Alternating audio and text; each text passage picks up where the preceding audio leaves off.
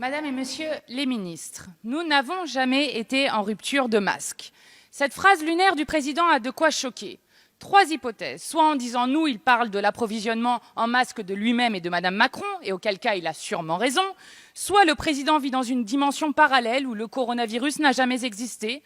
Soit il s'agit simplement d'un mensonge. Je penche pour la dernière option. Les mensonges et les fiascos dans la gestion de la crise, vous nous y avez habitués. C'était donc le nom tout trouvé pour notre rapport d'enquête paru aujourd'hui. Vous pouvez y lire, page 27, qu'on disposait de 2 milliards de masques en France il y a 10 ans contre 117 millions fin mars de cette année. Comment expliquer ce désastre? C'est assez simple, l'établissement en charge des stocks sanitaires a été démantelé pour demander aux établissements de santé déjà asphyxiés par l'austérité de les prendre en charge.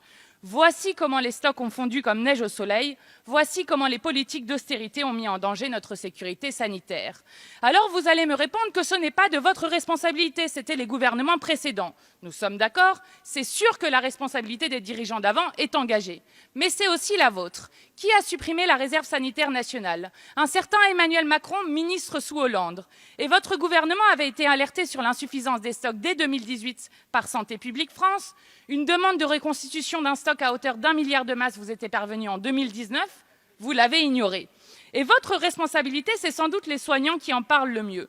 Je cite André Grimaldi, professeur émérite en centre hospitalier. « C'était une faute d'avoir liquidé les stocks de masques, mais c'est pire qu'une faute d'avoir menti sur les masques. Oui, Emmanuel Macron est le président de la pénurie. Oui, nous avons été en rupture de masques et vous en avez vous-même créé les conditions. Ma question est donc simple.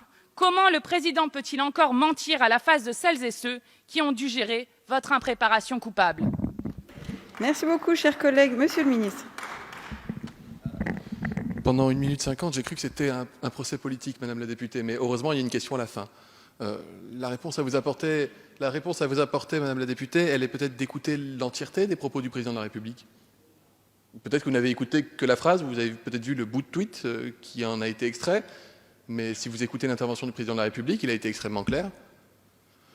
Il a dit « Nous avions un stock de masques d'État qui ne permettait pas de protéger l'ensemble des professionnels de santé de ville et d'hôpital dans la durée. C'est pourquoi nous avons dû procéder à une réquisition, à une gestion extrêmement stricte des stocks et du déstockage de masques, de manière à ce que notre stock d'État ne tombe jamais à zéro et qu'on ne se retrouve jamais dans la situation qui nous aurait imposé de demander à des soignants à l'hôpital de soigner des malades du Covid sans protection. » Madame la députée, vous parlez d'un mensonge, vous parlez de...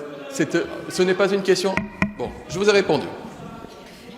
Merci, Monsieur le ministre.